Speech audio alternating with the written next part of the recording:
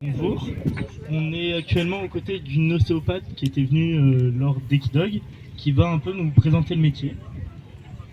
Alors, oui, bonjour. Du coup, l'ostéopathie, ça consiste à chercher les blocages articulaires, tissulaires et viscéraux dans le corps des animaux. Donc, je travaille sur les chiens, les chats, les chevaux, les nacs aussi.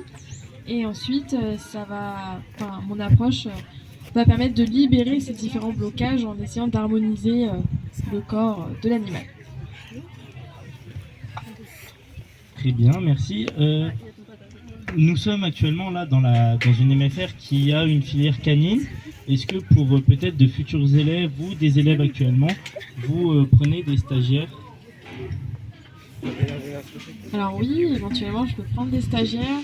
Le seul problème, c'est que par rapport au niveau des horaires, donc, je préfère des stagiaires qui sont soit véhiculés ou soit quelqu'un qui est assez disponible pour emmener le stagiaire à mon cabinet et ensuite venir le récupérer. Parce que je fais beaucoup de déplacements aussi. Donc, voilà, c'est plus pour le côté pratique. Très bien, merci. On peut savoir où votre cabinet est situé? Alors moi, je me situe à Lançon-de-Provence, c'est à côté de Salon de Provence. Et je me déplace aussi de Montpellier jusqu'à Nice et aussi jusqu'à Lyon. Très bien, merci. J'ai cru comprendre que l'un de mes accompagnants avait une question. Merci. Quel a été votre parcours pour devenir ostéopathe?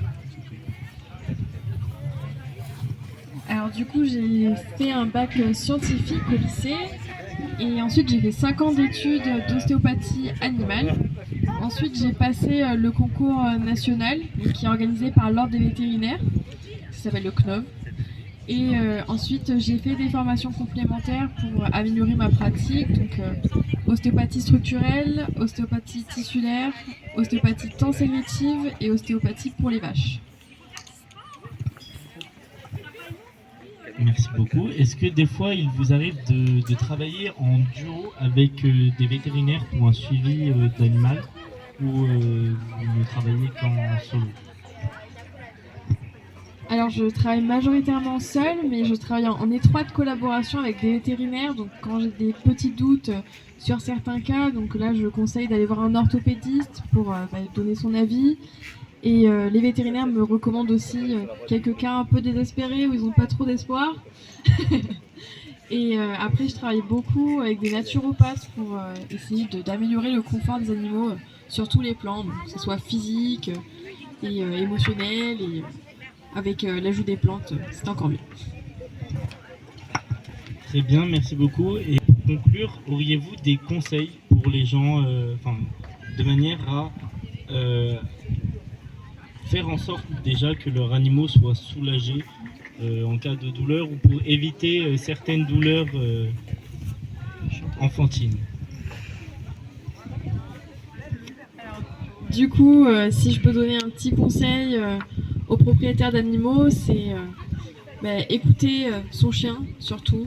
Au moindre signe d'inconfort, il ne faut pas laisser le problème s'installer parce que sinon ça peut provoquer d'autres petits désagréments un peu plus graves. Et ensuite, du coup, on peut faire des petits étirements donc qui sont assez pratiques avec une petite friandise. Par exemple, on peut demander à son chien de s'incurver sur le côté en mettant la friandise au niveau de sa hanche. Comme ça vient lui étirer le dos. Et la friandise, par exemple, entre les pattes avant pour aussi lui étirer le dos. Voilà, des petits conseils et astuces pour entretenir la souplesse. Très bien, merci beaucoup. Nous espérons que vous vous plaisez en tout cas là dans votre stand à Equidog. Nous invitons évidemment les gens à venir vous voir. Merci beaucoup pour vos réponses. Au revoir. Merci à vous.